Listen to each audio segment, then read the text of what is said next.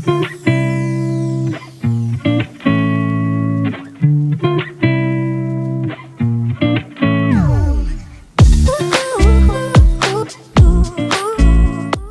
जितने भी घर के पायदान होते हैं वो सबके सब निकाल दिए हैं धोने के लिए। और मुझे लगता है कि कपड़ों से ज़्यादा पायदान ज़्यादा गंदे होते हैं, तो इसलिए मैं हफ्ते में या 10-15 दिन में एक बार तो ये पायदान धो ही देती हूँ। और आज काफ़ी दिन हो गए थे पायदान नहीं निकाल पाई थी, तो मैंने कहा चलिए फिर आज मैं पायदान ही निकाल दूँ। तो इसलिए मैंने स्पेशल से आज इनके लिए लगाई है वॉशिंग मशीन, क्योंकि आज कपड़े तो थे नहीं, तो मैंने कहा चलिए फिर आज मैं ये पायदान ही धो दूँ। और आज सुबह मॉर्निंग में ही मेरी मशीन लग गई थी ओनली पायदान धोने के लिए। और पायदान के साथ साथ दर्री भी धुली जाएगी, क्योंकि दर्री भी गंदी लग रही थी।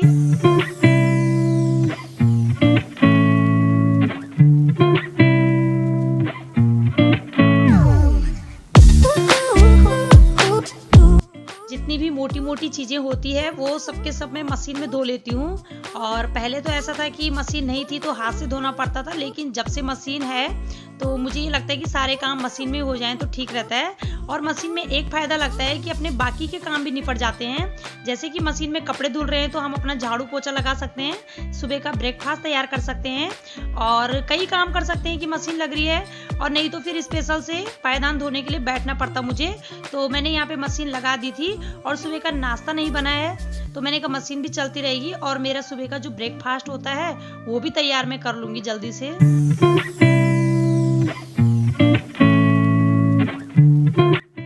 आज मैं बनाने जा रही हूँ आलू के पराठे, वो भी नए तरीके से।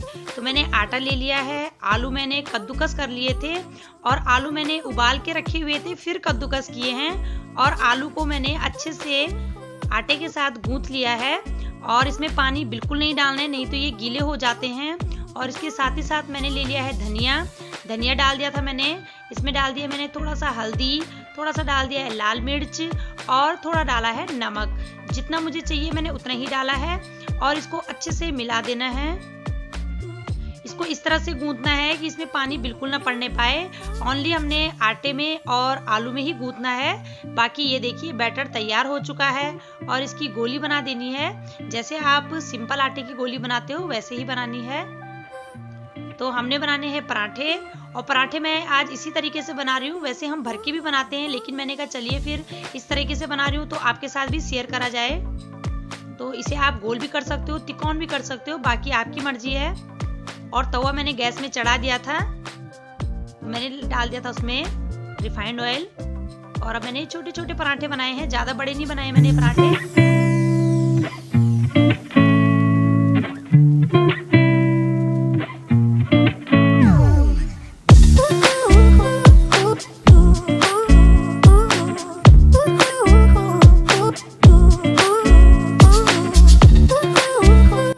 और पराठे मेरे तैयार हो चुके हैं, और मैंने निकाला इसे मक्खन के साथ। आप चाहे चटनी के साथ खाइए या अचार के साथ खाइए, बहुत टेस्टी होते हैं, या चाय के साथ खाइए, बच्चे बहुत पसंद करते हैं।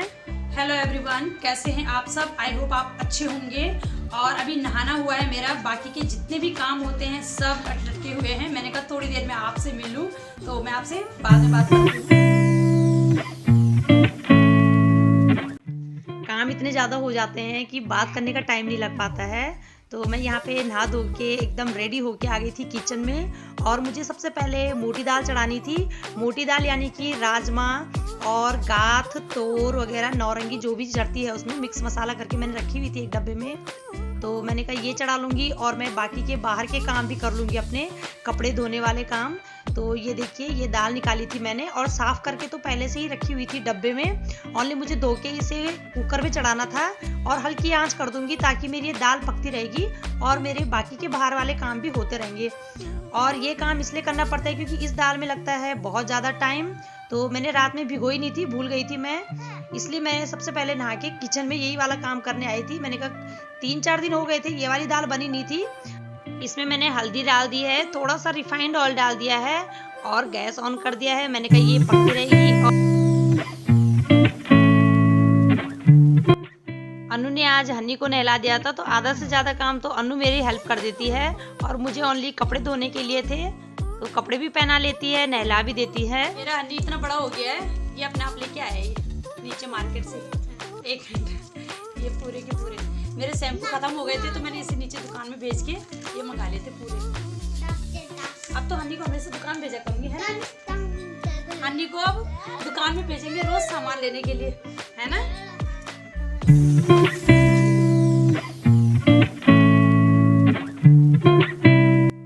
मिष्टी आज काफ़ी देर से सोई हुई है और जब वो सोई रहती है तो मुझे मज़ा आ जाती है काम करने की। मेरा मन करता है मैं ये भी कर दूँ, वो भी कर दूँ, सारा कुछ कर दूँ। 1-2 घंटे के लिए जब सोती है ना तो बहुत रिलैक्स मिलता है मुझे भी, और उतनी देर में मेरे सारे काम निपट जाते हैं। जब वो उठती है तो उसके साथ ही रहना पड़ता है फिर। और यहाँ पे अनु मेरे लिए पता नहीं क्या बना रही है, मेरे लिए बना रही है या मिष्टी के लिए बना रही है। और दिन के सारे काम निपट चुके हैं जो औरतों का होता ही है, कपड़े धोने से लेकर झाड़ू पोछा से लेकर और मिष्टी की मालिश से लेकर तो सारे निपट चुके हैं। अब ओनली दिन का खाना रहा है तो वो भी शेयर करना है मैंने आपसे।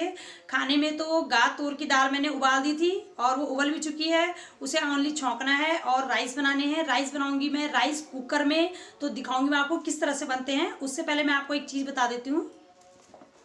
ये बनाया अन्नू ने, तो एक बॉक्स था खाली पड़ा हुआ इस तरह से, तो उसने इस पर टेप लगा दी थी, अपनी कारीगरी की है कि मौसी मैं ये बॉक्स बना दूंगी, मिष्टी के जितने भी प्रोडक्ट हैं इसमें रखिएगा। इस तरह से बनाया है ये, इसमें सारे प्रोडक्ट छोटे मोटे तेल इसमें रख देना के। तो मैंने कहा चलिए बच्चों को कुछ तो सीखने का मौका मिल रहा है।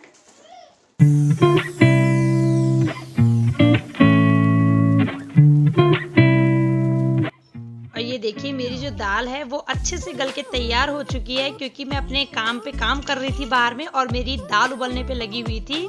और मैंने अनु से टमाटर प्याज भी कटवा लिया था, छोटे मोटे काम करवा लेती हूँ मैं उससे। इतने में उसने टमाटर प्याज भी कट कर दिए थे। अब ओनली मुझे दाल छौंकनी है, चावल बनाने हैं और दिन का खाना भी मेरा झटपट से तैयार हो जाता है। और आज मैं जो चावल बनाऊंगी वो बनाऊंगी राइस कुक में, तो मैं आपके साथ भी बताऊंगी कि किस तरह से बनते हैं इसमें चावल।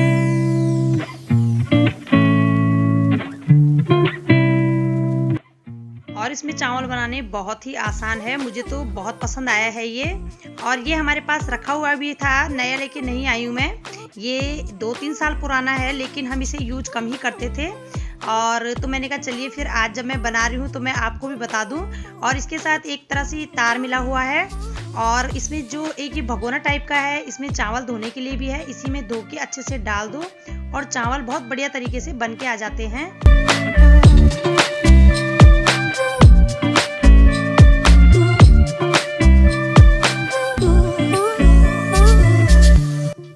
चावल मेरे धुल के अच्छे से निकल चुके हैं। अब मैं इनमें पानी लगाऊंगी, तो पानी इसमें कम ही लगेगा। अगर आपने 2.5 गिलास चावल निकाले हैं तो कम से कम 1.5 गिलास के लगभग पानी लगाना है। ये चावल जो होते हैं ये बारीक चावल है जो मैं बना रही हूँ, और ये पानी बहुत कम खाते हैं, तो मैंने इसमें ये रख दिया है। अब इसमें एक ये जाली टाइप की मिलती है, तो इसे भी लगा देना है और इसे बंद कर देना है। तो ये मैं यहाँ पे लगाऊंगी क्योंकि यहाँ पे मैंने मिक्सर रख दिया साइड में। और ये देखिए यहाँ पे ये लिखा है कुक राइस, तो कुक राइस पे ऑन करना है और ये अपने आप ही बंद हो जाता है। इसमें ये तरीका मुझे बहुत अच्छा लगा। जब तक मेरे ये कुक राइस बनता है तो मेरी दाल भी बनके तैयार हो चुकी है।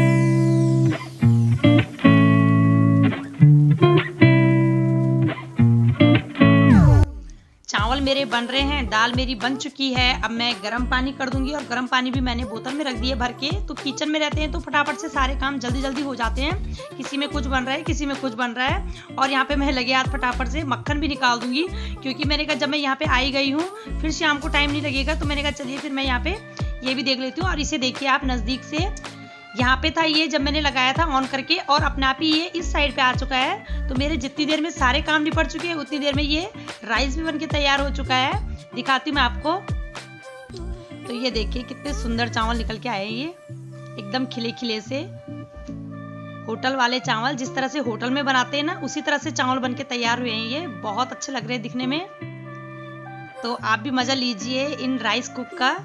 और अब तो मैं ये सोच रही हूँ कि रोजाना ही मैं इसी में चावल बनाऊँ। मुझे बहुत सुंदर लग रहे थे और सबने खाए थे, अनु ने खाए थे, मैंने भी खाए थे, तो मुझे बहुत अच्छे लगे। तो मैंने अनु से इतनी देर में फटाफट से ये गुड़ भी कटवा लिया।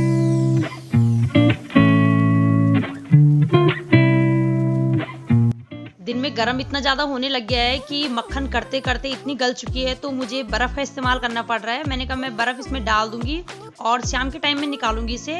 तो मैं इसे रख दूंगी अभी साइड में। और मुझे करनी थी आज थोड़ा बहुत फ्रिज की क्लीनिंग। ज़्यादा डीप क्लीनिंग तो नहीं करनी, थोड़ा ही करनी है गीले कपड़े से, क्योंकि डीप क्लीनिंग तो आराम से होगी एक दिन, और वो भी पूरा टाइम निकाल के होगी 1-2 घंटे की।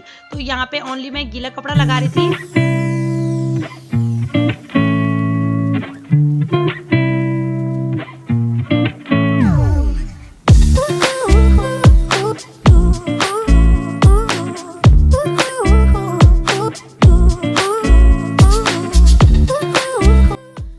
मक्खन भी हमारा सेट हो चुका है एक बर्फ के टुकड़े से ही, देखिए। और यहाँ पे मैं जल्दी से निकाल दूंगी, क्योंकि ये भी बहुत ज़्यादा सरदर्द होता है। जब तक हम मक्खन ना निकाल पाएँ तो फिर उसके बाद ऐसा होता है कि हमारा कुछ भी काम नहीं हो पाया, क्योंकि ये भी एक बहुत बड़ा काम होता है। और इसको मैंने 3 से 4 पानी में धो दिया था, और धोने के बाद इसे मैं रख दूंगी टिफिन में, ताकि हमारे ये काम भी आ जाएगा और लंबे समय तक चल भी सकेगा ये। तो आज की वीडियो मेरी यहीं तक रहेगी। वीडियो थोड़ा भी पसंद आई हो तो प्लीज़ लाइक कर दीजिएगा। चैनल पे नए आए हैं तो चैनल को सब्सक्राइब करना ना भूलिएगा, और नोटिफिकेशन बेल ऑन कर दीजिएगा, ताकि आपको हर एक वीडियो इसी तरह मिलती रहे। फिर मिलती हूँ आपसे। Okay bye, take care.